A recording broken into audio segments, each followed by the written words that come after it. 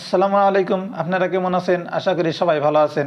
আসামের এক সত্যবাদী মোল্লার কিছু ভাষ্য শুনবেন আশা করি আপনারা। মুখ্যমন্ত্ৰীক অপমান কৰিব নোৱাৰিব, সন্মান কৰিব লাগিব, তেখেতৰ কথা পালন কৰিব লাগিব।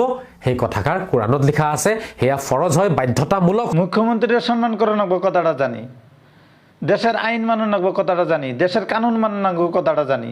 তো তুমি যে সত্যবাদী মোল্লা, তুমি কতটুকু মানো?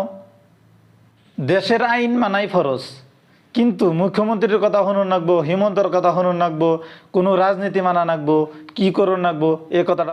কিন্তু এই কথাটা মোস্তফা কামাল আজহারির কি হিমন্তই কোনো পারমিশন দিচ্ছে যে তুমি এই কথা তুমি রাইজের প্রচার করে দাও? এই কথা মোস্তফা কামাল আজহারি কনে পাইলো?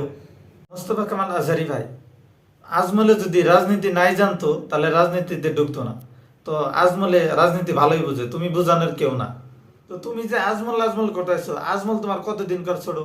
তুমি তো সম্মান বুঝো, তুমি তো সত্যবাদী মোল্লা, তোমার তো কোনো ভুল নাই। তাহলে আজমল তোমার কতদিন কার ছোড়ো যে তুমি তার নাম কে ডাকো? আজমলে কিমান যুক্তি জানে, আজমলৰ কিমান জ্ঞান আছে? তো আজমলে কিছুই বুঝে না, আজমলে কোনো যুক্তি জানে না, আজমলে কোনো হাদিসই জানে না, আজমলে কোনো পলিটিক্স জানে না, আজমলে কোনো রাজনীতি জানে না। তুমি তো ভাই সব জানো। তাহলে ভুল করছে ভাই, আজমলে ভুল স্বীকার করছে। তো তুমি সেন্টারে না গেলিবার কারা? তুমি তো সত্যবাদী মোল্লা, তোমার তো ভুল নাই। তুমি মোস্তফা কামাল আজহারি, তার মানে তোমার কোরআনটাই বেলেগ, তাই তো? মানে তোমার হাদিস আলাদা। তুমি তো ভাই সব জানো, তুমি যাই না বুঝা কে এই রাজনীতির সেন্টারে ঢুকলাও? কোৰাণত সব কথাই লিখা আছে।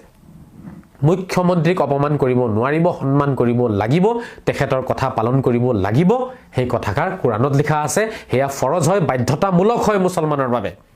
আচ্ছা, মুখ্যমন্ত্রীর সম্মান করে রাখবো এই কথাটা যদি তুমি জানো, তাহলে আসামের আলিম উলামারে সম্মান করে রাখবো এই কথাটা তুমি নিশ্চয় জানো। তাহলে এত বেদবি যে শুরু করছাও আসামের মোল্লা নিয়ে, আসামের সব মোল্লা তুমি একলাই আজহারি, তাই তো? তো আজহারি যদি তুমি একলা, তাহলে তোমারে কুকুর খেদা দেয় কে?